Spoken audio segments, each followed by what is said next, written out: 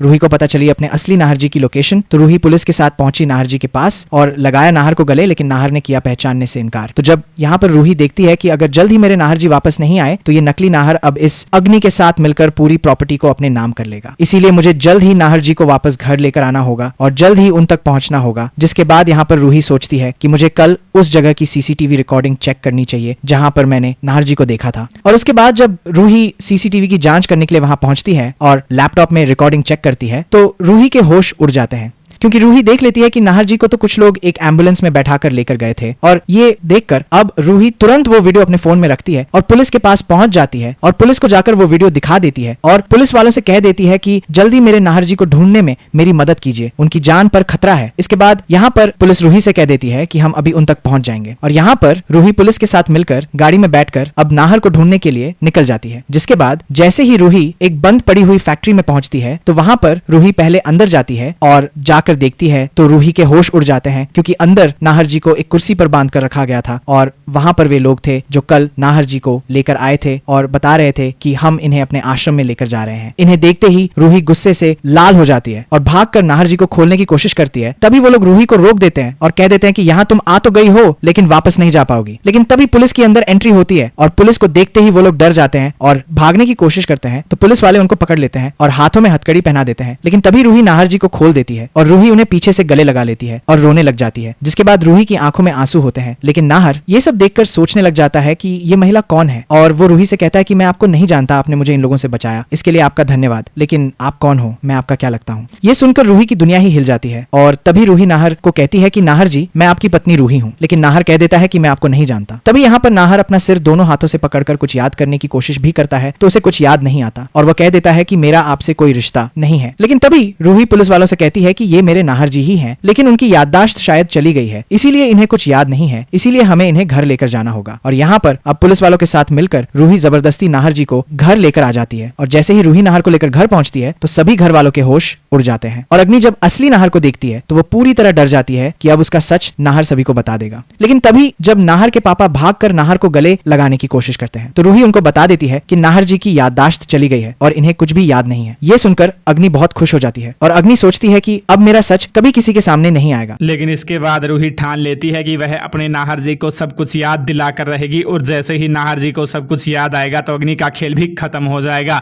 इसीलिए यहाँ पे रूही नाहर जी से बात करती है और उन्हें अपने साथ की फोटो दिखाती है और कहती है कि ये देखिए आप मेरे साथ कैसे यहाँ पर खुश थे और आप मेरे पति हैं और मैं आपकी पत्नी हूँ, आप याद करने की कोशिश कीजिए, आपको ज़रूर कुछ याद आएगा। लेकिन नाहर को जब कुछ भी याद नहीं आता तो रूही बहुत दुखी हो जाती है। लेकिन यहाँ पे रूही ठान लेती है कि जल्दी वह नाहर जी को सही करके ही रहेगी, वरना तो यह अग्नि पूरे घर की प्रॉपर्टी की मालकिन ही बन जाएगी। इसीलिए अब यहाँ पे रूही नाहर जी की याददाश्त वापस लाने के लिए डॉक्टर से बात करती है और डॉक्टर रूही को बता देते हैं कि अगर आपको नाहर की याददाश्त वापस लानी है तो कैसे भी करके इनके सर पर एक थोड़ी सी चोट लगानी होगी जिससे कि इनको सब कुछ याद आ सकता है, वरना ये कभी अपना अतीत याद नहीं कर पाएंगे। इसीलिए अब रूही बहुत बड़ा रिस्क लेती है और नाहर जी को सब कुछ वापस याद दिलाने के लिए यहाँ पर नाहर जी को सीढ़ियों से गिराती है और उनके सर में एक छोटी सी चोट लग जाती है।